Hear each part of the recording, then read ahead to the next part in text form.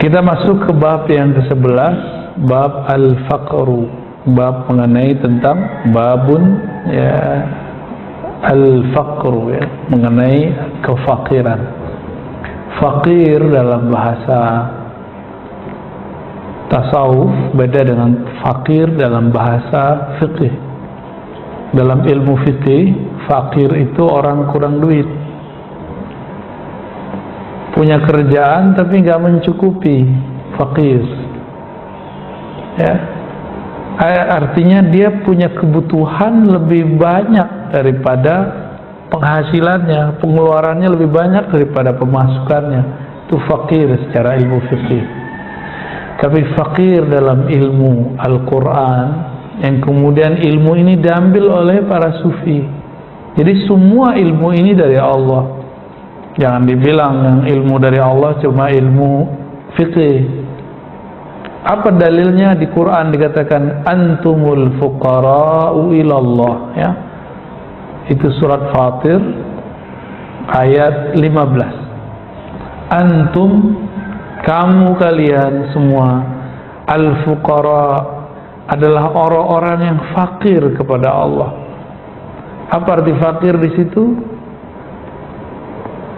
Yang tidak sempurna kecuali jika dia datang kepada Allah, yang dia memerlukan, membutuhkan bantuan dari Allah Subhanahu wa ta'ala, ya. Kata teman saya di Malaysia, membutuhkan itu negatif, ya, benar, ya. Tapi mereka sudah paham kan bahasa Indonesia, kalau kita menyebut membutuhkan bukan negatif, ya. Membutuhkan ya biasa, membutuhkan, memerlukan sama bagi kita, ya.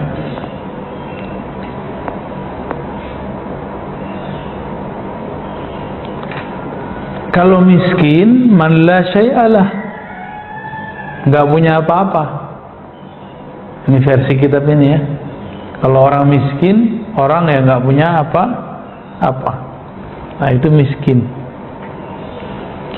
Wa inda ba'dihim bil aks, tapi sebagian ulama membaliknya, mengatakan miskin punya tapi nggak cukup, fakir nggak punya apa-apa. Berarti ini beda ulama, beda bahasa.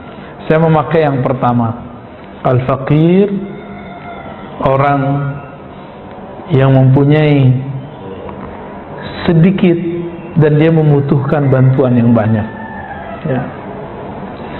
Dalam istilah ahli haqiqah, alladzi la yajidu syai'an ghairallah wa la yastaghni illa bih wa la yastarih illa bil hudur ma'ah. Yang disebut fakir, orang yang fakir adalah orang yang tidak mendapatkan apapun pada selain Allah. Dia tidak pernah puas hatinya kecuali hanya kepada Allah. Berarti dia fakir sejati. Jadi ada fakir mental, ada fakir hakiki. Ini beda. Kalau mental fakir, mental miskin, ini kaya pun dia suka minta-minta, cuma bedanya mintanya berdasi, mintanya pakai kardus, nah beda tuh, ya. Mintanya pakai transfer, itu beda lagi tuh. Pakai proposal, itu minta juga. Jadi tidak ada kaitannya ini dengan orang kaya dan miskin. Ini urusannya adalah urusan mental. Nah, yang dalam hal spiritual, fakir, dia hanya kepada Allah. Jadi beda. Kalau mental fakir itu penyakit. Tapi kalau mental, kalau spiritualnya spiritual fakir, itu baru benar. Ruhaninya fakir, ruhaninya memerlukan, membutuhkan Allah Subhanahu wa ta'ala. Wala yastaghni illa bih, dia tidak akan merasa puas kecuali dengan sentuhan-sentuhannya. Wala yastarih illa bil hudur ma'ah, dia tidak akan pernah rehat kecuali hadir bersama Allah Subhanahu wa ta'ala. Wa alamatuhu adamul asbab kulliha, ya. Ciri-ciri orang yang sudah sampai kepada ahwal kefakiran rohani, bukan fakir mental. Dia kemudian hadmil asbab kulliha, menghancurkan, tidak melihat lagi asbab-asbab. Jadi orang yang fakir kepada Allah ini, dia nggak hitung-hitungan. Untuk ke Allahnya nggak hitung-hitung lagi. Gue butuh kok gitu, gue perlu, ambil. Sebagaimana kita dulu sebelum pandemi, mungkin sampai sekarang masih berulang, berangkat pagi, pulang sore. Bener ya? Kita lalui. Kenapa? Karena kita butuh duit, butuh fulus, ya. Bener. Kenapa kita mau habis umur di tengah jalan, habis umur dalam kemacetan, habis umur bekerja dengan orang? Karena kita butuh sesuatu dari hasilnya, yaitu fulus, duit. Tapi bukankah kita tidak akan pernah puas dengan itu? Maka beliau mengatakan, orang fakir sejati juga sama. Dia akan melewati gunung, melintasi laut, dia akan melewatin benua untuk memenuhi kebutuhan spiritualnya. Itulah sebabnya kenapa orang suka ziarah. Ziarah terbesar kan ziarah ke Baitul Haram, ke Masjid Al-Haram.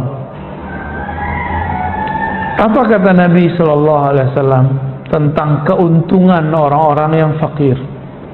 Jadi orang fakir ini mirip kayak kalau kita berangkat ke luar negeri tapi nggak bawa koper, kita cuma bawa tas. Lama nggak kalau kita di imigrasi segala macam? Turun, nggak perlu nunggu bagasi, pemeriksaannya nggak ketat, langsung keluar. Tapi kalau kita bawa barang banyak, barang-barangnya mencurigai, diperiksa oleh petugas imigrasi. Itulah yang membuat lama kita di proses perjalanan. Ini ilustrasi. Apa kata Nabi? Yadkhulul fuqara'ul jannata qabla al-aghniya bi 500 'am. Hadis ini diriwayatkan oleh Imam Tirmizi, Imam Ahmad, Ibnu Majah dengan beberapa versi, ya. Masuk surganya orang fakir itu setengah harinya alam akhirat. Setengah harinya alam akhirat berapa? 1 hari akhirat 1000, ini setengahnya. Lebih awal daripada yang lain setengah hari. Berarti 500 tahun. Ya. 500 tahun. Cepat atau lama itu? Ada yang umurnya 500 di sini. Ini rata-rata berapa nih umurnya? 30, 40, 50, ya. Di bawah itu nggak banyak nih.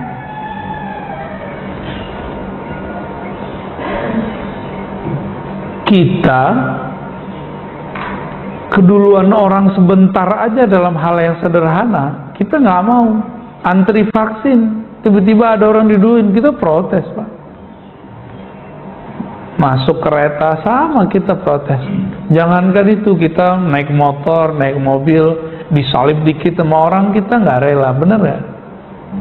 Bayangkan ini 500 tahun disalib oleh orang-orang fuqara karena dia nggak punya bawaan, dia nggak punya apa-apa. Maka Nabi ketika wafat dia jadi fuqara, semuanya diserahkan ke Baitul Mal. Abu Bakar ketika wafat semuanya diserahkan ke Baitul Mal. Mana ada yang sanggup begitu, Pak? Kita kan ngayal terus. Cuma emang Nabi melarang. Apa kata Nabi? Maksimal hanya boleh kamu bagi 1/3. 2/3-nya harus kembalikan kepada keluargamu, saudaramu. 1/3 kita bagi, kita kasih ke Baitul Mal, ya. Maka bagi yang punya uang, punya duit, punya tanah, ini udah pandemi gini, ya, udahlah nggak usah pelit-pelit lah. ya.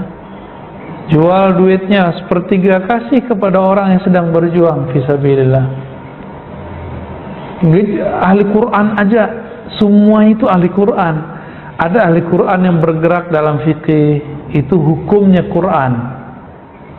Ada ahli Quran yang menghafal, ada ahli Quran yang tafsir, ada ahli Quran yang sufi tasawuf, ahli qalbu. Itu semua ahli Quran semua. Cuma kita kan terjebak, ahli Quran itu cuma yang ngapal-ngapalin Al-Quran. Kalau ngapal itu level 1, level berikutnya memahami, level berikutnya mengamalkan, level berikutnya menghayati. Penghayatan itulah yang disebut bertasawuf.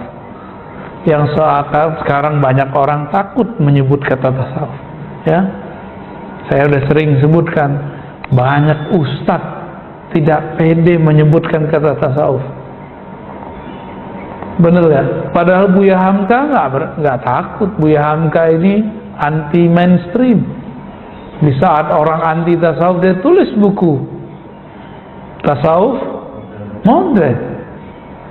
Bayangkan di Muhammadiyah ada Buya Hamka nulis tasawuf. Ajib begitu. Bagi saya luar biasa.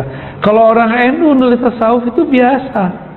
Tapi di kalangan Muhammadiyah, Buya Hamka ini memang bukan orang yang takluk kepada banyak orang, tapi banyak orang takluk kepadanya. Inilah ulama, benar-benar ulama. Dia nggak ngikutin selera orang. Orang-orang ngikutin selera beliau. Beliau itu maker, pembuat selera, bukan ngikutin selera. Orang-orang begini langka, ya, sangat susah ketemunya. Ya, semoga kita mendapatkan kembali ya orang-orang seperti ini. Amin. Ya. Laisal miskin at-tawaful ladzi tarudduhu al-luqma wa luqmatani wa tamra wa tamratani, bal huwa alladzi la yajid ma yughnihi wa yastahi min Allah ayasal wa la yaftinu lahu fa yatasaddaq alayhi. Ya. Ini hadis luar biasa. Ini hadis Imam Ahmad. Ada juga riwayat Imam Bukhari dan Muslim. Orang miskin itu bukan orang yang minta-minta ngemis. Nih dalilnya nih. Karena sudah banyak kejadian yang minta-minta, ternyata dia kaya. Cuma kalau dia minta-minta, kasih aja Pak. Ya, karena dia minta-minta tiap hari, ngasihnya yang dikit-dikit lah, jangan banyak-banyak. 2.000, 2.000, 1.000. Karena dia tiap hari berdiri di tempat itu. Orang miskin yang sebenarnya itu orang yang dia tidak punya apa-apa yang cukup baginya, tapi dia malu untuk meminta-minta. Ya, maka kadang-kadang dia bekerja hal-hal yang di luar batas dirinya. Kadang-kadang dia perlu ngutang. Nah, ini ciri-ciri Pak. Ada orang yang dia berutang, itu pun sulit sekali dia untuk berhutang. Bahkan orang pun nggak percaya dia bisa mengembalikan hutangnya. Itu yang harus dibantu. Ada orang minta tolong sama kita, terus kita bilang, kamu bisa bayar nggak? Ah, itu orang begitu tuh yang bisa dan dia bilang, wah belum tahu nih. Mereka perlu dibantu sebenarnya. Namun ini kan cuma mudah dilafazkan Pak. Saya pun diuji begitu belum tentu lolos juga ya. Saya diuji begitu, jangan deh diuji begitu nih. Tuh usah deh. Ya kita ngasih aja. Kalau nggak bisa ngasih ya bilang nggak usah. Lagi nggak bisa minjemin, selesai. Gitu. Nggak usah bilang sok miskin depan orang, nanti miskin beneran. Harus diganti kalimat itu. Ya. Apa kalimat yang paling ringan menggantikan kata susah? Ya mungkin sekarang tidak sebanyak untung dulu gitu. Jadi ganti aja lafaznya. Mungkin tidak sebesar untungnya dulu. Kan istilahnya sekarang lagi rame cuan ya. Cuannya nggak sebanyak dulu, tapi alhamdulillah masih bisa jalan. Itu yang dimunculkan jiwa-jiwa positif. Karena banyak orang setiap hari saya mendengar, bukan di sini, bukan di sana, di mana-mana, bahkan di kampus. Bayangkan di kampus Islam, Dosen-dosen yang mengajarkan tentang teori-teori keislaman, omongannya begitu. Susah nih, susah. Ternyata mobilnya ganti terus. Susahnya karena ngeredit mulu ya. Suka ngeredit mobil. Gaya hidup di luar batas kemampuan gaji, jadinya susah. Kapan kita hidup tidak susah? Jika gaya hidup sesuai dengan kantong. Coba sesuaikan gaya hidup kita dengan kantong kita, Pak ya. Ngikutin kata orang, ada puasnya nggak?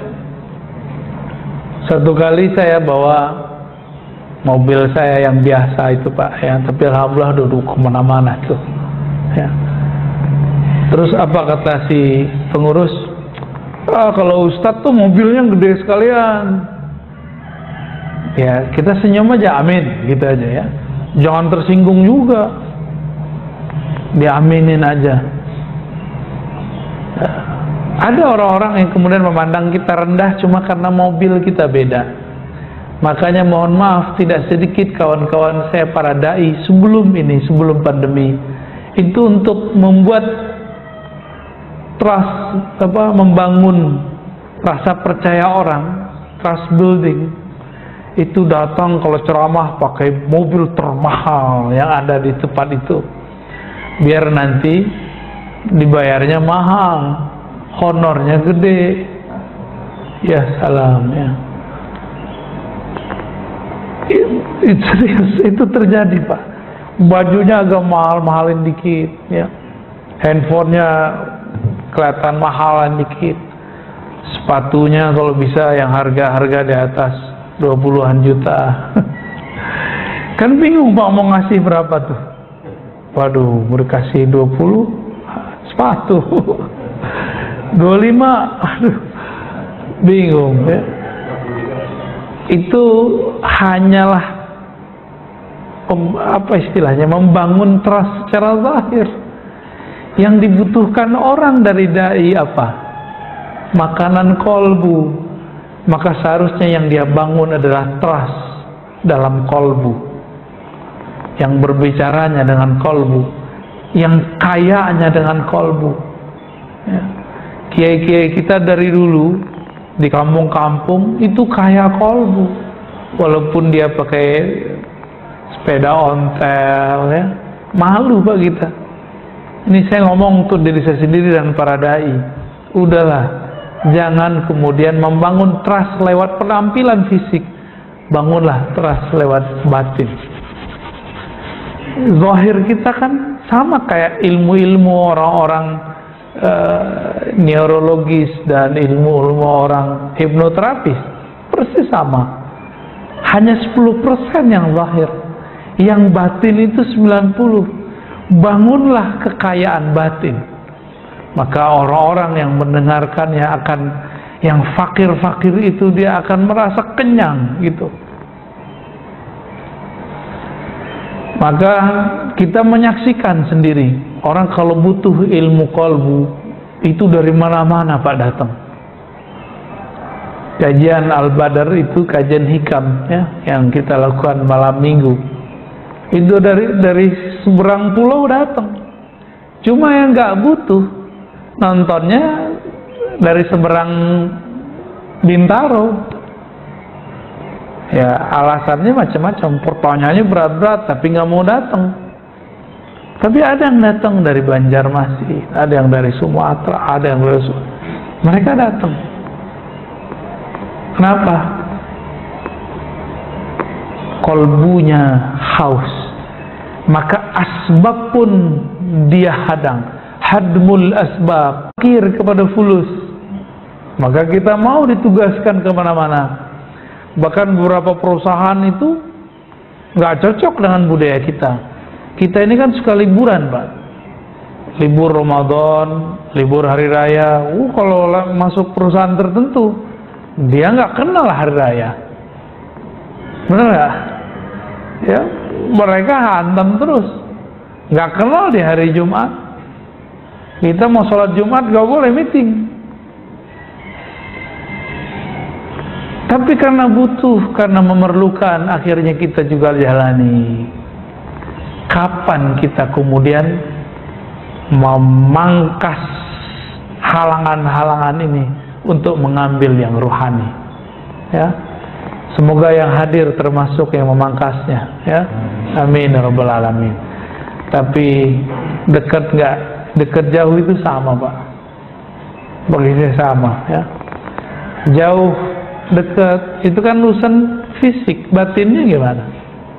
Kadang di dalam masjid pun pikiran bisa melayang kemana-mana, ya kan? Baik.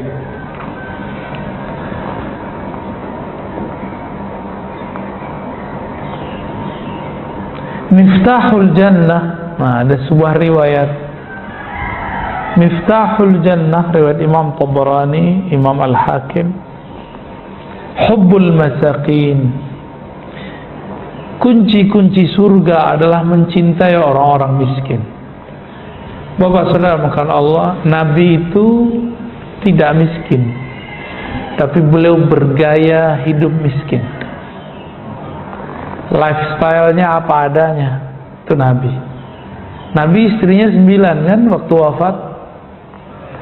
9 masing-masing itu Nabi kasih rumah, Pak. Masing-masing Nabi kasih fasilitas, pembantu, kalau dulu itu budak, dan masing-masing diberikan kendaraan. Coba, itu miskin apa kaya? Antum ada yang sekaya itu? Karena ada yang kurang ajar ngomong Nabi itu miskin. Imam Subki bilang, yang bilang Nabi miskin itu umat kurang ajar, ya. Imam Subki apa yang ngomong? Bahkan beliau bilang ulang syahadat ente gitu. Imam siapa? Imam Subki. Kenapa?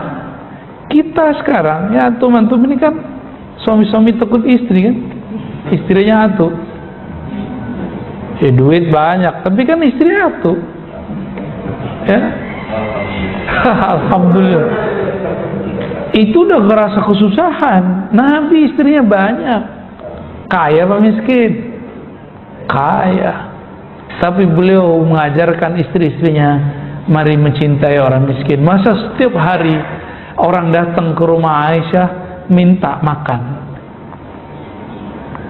Aisyah belum sarapan dikasih, kurma-kurma terbaik itu dikasih, gandum-gandum terbaik diserahkan. Ketika Nabi selesai mengurusi umat, Nabi pulang. Pas pulang nanya, wahai Humairah, adakah sarapan pagi ini? Apa kata beliau? Wahai suamiku Rasulullah, barusan ada seorang ibu bawa 3 anak belum makan 2 hari. Akhirnya aku berikan apa yang ada. Apa kata Nabi? Ya sudah, kita puasa. Ada nggak yang begitu, Pak? Saya pun kayaknya nggak begitu, Pak. Saya pun malu kalau baca riwayat ini, ya. Tapi ini udah mulai belajar, ya. Ini semenjak pandemi ini, sebelumnya malah ya, udah hampir 2 tahun ini. Di rumah nggak masak, biasa. Bahkan saya memberikan kebebasan kepada pasangan saya. Kamu boleh masak, boleh tidak. Ya istri ya sukanya nggak masak, ya sudah nggak masak dia.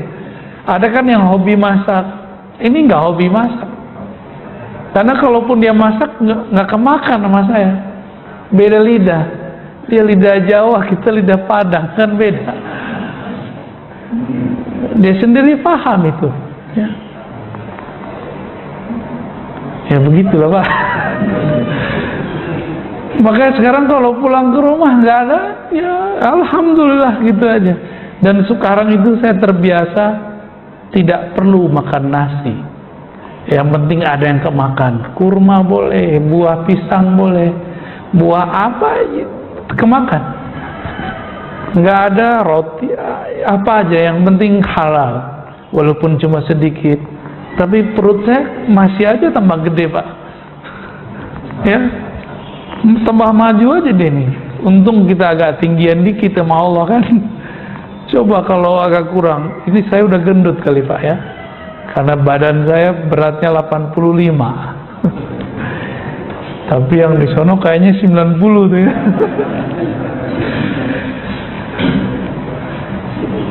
Nabi meskipun beliau kaya, karena beliau punya akses dapat gaji.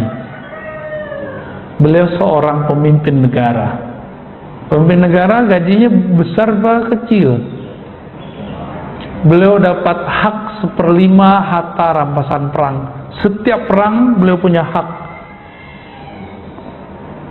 Beliau punya hak dapat gaji sebagai panglima perang, raja, plus jenderalnya.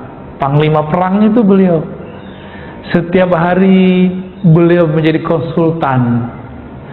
Ini konsultan melebihin psikolog. Psikolog kan lumayan, Pak. Kadang-kadang beliau bertindak sebagai dokter. Coba, ada ustadz kan yang ngeruqyah kaya kan di TV. Nabi kalau pakai itu jadi profesi gimana, Pak? Nggak perlu pakai ngobrol-ngobrol.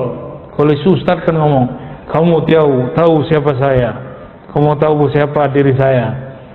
Kan gitu kayak si ustadz tuh yang sudah kaya itu. Kena antri di situ ya. Nabi kan nggak perlu gitu. Orangnya ditepuk, keluarlah Pak Musoal, keluar langsung. Coba Nabi buka klinik. Apa tuh? Klinik apa namanya? Pengusiran setan. Kayaknya Nabi paling kaya tuh, paling tajir tuh ya. Nabi nggak membuat profesi seperti itu. Kenapa? Beliau punya hak. 1/5 harta rampasan perang. Wah, itu udah sekaya-kaya orang itu. Jika saya menguasai misalnya Papua, 1/5-nya punya saya. Kira-kira gimana, Pak? Kaya nggak tuh? Maka kita lihat jenderal-jenderal zaman Soeharto, Masya Allah, ya, Masya Allah, tanahnya di mana-mana, ya, tanahnya di mana-mana, sawitnya di mana-mana. Itu baru jenderal bumi. Gimana Rasulullah? Maka Rasulullah sebenarnya orang yang sangat kaya. Semua istrinya punya fasilitas. Beliau pun punya kendaraan-kendaraan yang luar biasa. Nabi kan punya kendaraan macam-macam. Ya, ada keledai, ada kuda, ada onta, dan itu lengkap. Ada onta perang, ada onta harian, ada kuda perang, ada kuda harian. Lengkap semua Nabi punya. Kalau sekarang itu disebut humurun ni'am ya. Kedelai, saya susah nyebutnya ini kalau udah ngantuk begini nih. Kedelai apa keledai? Belum tidur, Pak, baru ketiduran bentar dibangunin. Kita udah nyampe, kira nyampe di rumah, ternyata nyampenya di masjid. Itu Nabi punya umurin ni'am apa umurin na'am bacanya itu ya. Itu luar biasa. Harganya seperti kalau sekarang ya apa tuh yang merah itu apa? Ferrari. Itu persis. Nabi punya itu, Pak. Jadi antum coba buang pikiran bahwa Nabi itu miskin. Enggak, Nabi itu kaya. Super kaya. Sampai kemudian Jibril ngomong, wahai Rasulullah, masih butuh lagi nggak? No, Uhud saya bisa jadiin emas. Kata Nabi, ntar aja, nggak usah sekarang. Karena itu sudah cukup bagi Rasulullah SAW. Tapi semua orang ngadu, tidak hanya makhluk namanya manusia, bahkan onta ngadu ke Nabi, kambing ngadu ke Nabi, kuda ngadu ke Nabi. Semuanya menggantungkan harapannya melalui wasilah Nabi Sallallahu Alaihi Wasallam. Udah suruh, cepat sekali, Pak. Emang fakir sekali waktu kita ya. Nabi sering berdoa, Allahumma tawaffani miskina atau faqira ya. Ya Allah, wafatkan aku dalam keadaan fakir, miskin, supaya nggak dihisab. Maka beliau sebelum wafat itu diserahkan semuanya. Disebutkan dalam hadis, nahnu ma'asyirul anbiya lam nuwarrith dinaran wala dirhaman. Kami para nabi tidak mewarisi dirham, dinar, tapi kami hanya mewarisi ilmu. Ya. Ada 3 macam kefakiran. Ini penting sebelum kita selesaikan ya. Pertama, faqrul khalqi ilal haqq, kefakiran hamba kepada Allah. Itulah yang disebutkan dalam surat Fatir ayat berapa tadi? 15 atau 13 tadi ya. Antumul fuqara'u ilallah, 15 ya.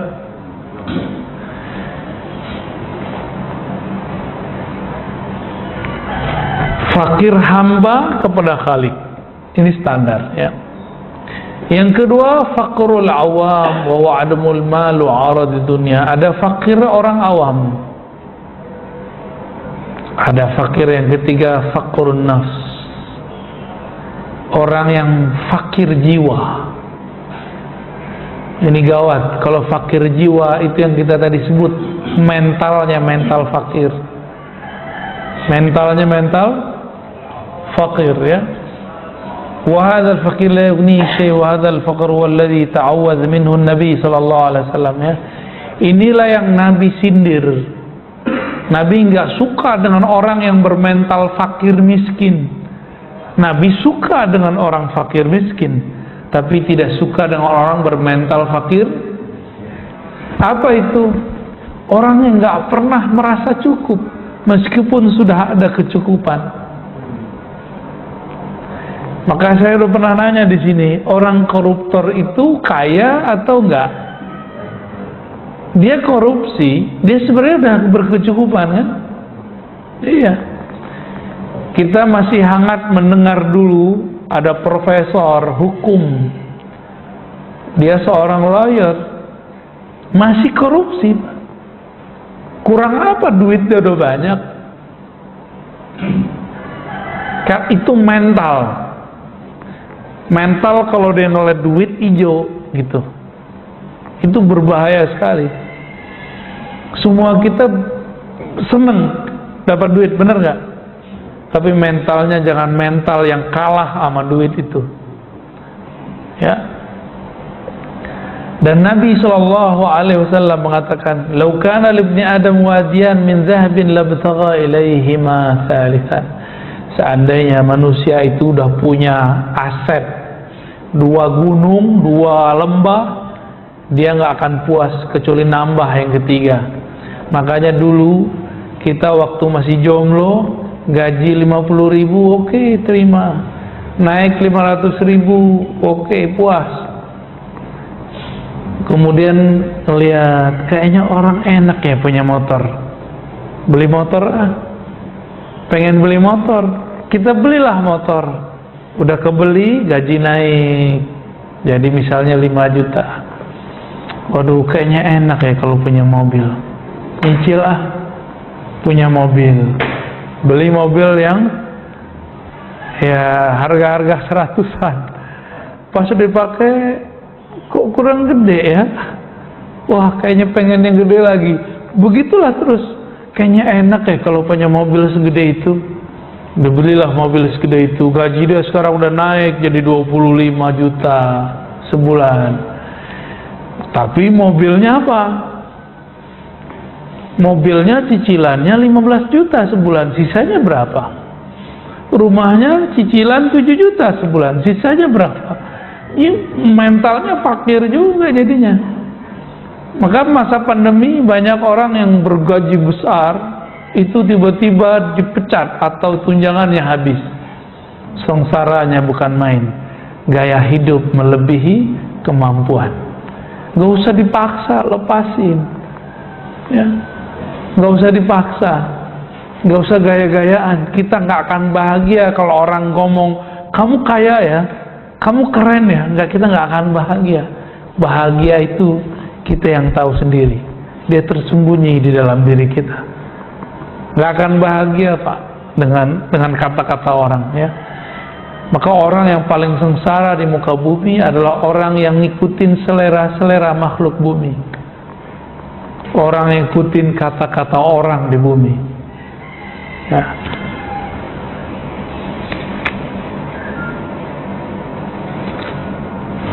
Cukup belum Ustaz ya? Selarut cukup? Yang ngantuk antum nih. Ada yang belum tidur, antum yang ngantuk.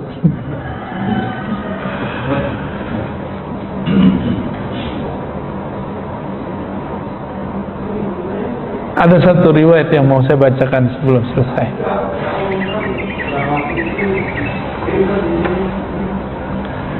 Sayyidatuna Aisyah mendengar Nabi bersabda, ya, iyyakum mujalasatil mauta, kamu jauhilah majelis, perkumpulan, komunitas, tempat tongkrongan orang-orang mati. Loh, kok orang mati bisa nongkrong? Gitu pertanyaannya. Maka bertanyalah para sahabat, ya Rasulullah, manil mauta, yang engkau sebut tongkrongan orang mati itu siapa? Qala al-aghniya, beliau mengatakan yaitu orang yang sok-sok kaya, yang lifestyle-nya kayak melebihi dirinya. Itu tas Pak, ada yang 1M kan, ada yang 2M kan, tas ibu warisan. Jam, kalau jam saya paling cuma berapa, ini pun hadiah juga Pak. Kita cek paling 5-6 juta. Orang di luar sana kalau lifestyle seharga Fortuner, seharga satu mobil, apa itu mobil Eropa, 2M, 3M, itu lifestyle. Ada kan yang begitu? Rolex tuh, apalagi itu yang mahal-mahal. Masya Allah. Ya, jam kecil seharga rumah gede Pak. Ya, itu lifestyle al-aghniya. Tapi hati-hati, ada orang-orang yang begitu tapi nyamar. Ada juga dia lagi sedang menyembunyikan dirinya, membalut dirinya dengan itu supaya orang suuzon nama dia. Ada juga yang begitu. Tapi kebanyakan tidak. Kebanyakan dia memang menikmati itu, menikmati gaya hidup itu. Maka Nabi menyebut mereka dengan orang-orang mati. Ya, kenapa? Dia mendengarkan kata-kata makhluk, tapi tidak mendengarkan kata-kata dalam hatinya. Ya, cukup ya barangkali ya. Maka teman-teman, sahabat-sahabat karena Allah, kesimpulan kajian kita pagi ini adalah marilah jadi fakir hanya kepada Allah. Bahkan kita jangan fakir kepada pasangan, jangan fakir kepada gaji dompet, jangan fakir kepada atasan. Siapa yang sudah fakir kepada sesuatu, dia akan menjadi hamba dan budaknya. Maka bebaskan diri kita dari fakir kepada selainnya. Fakirlah hanya kepada Allah, maka kita akan menjadi hamba Allah. Ya, semoga bermanfaat. Semoga ilmu yang kita dapat ini lebih utama daripada 100 rakaat. Ya, amin. Sallallahu alaihi wasallam Muhammad. Assalamualaikum warahmatullahi wabarakatuh.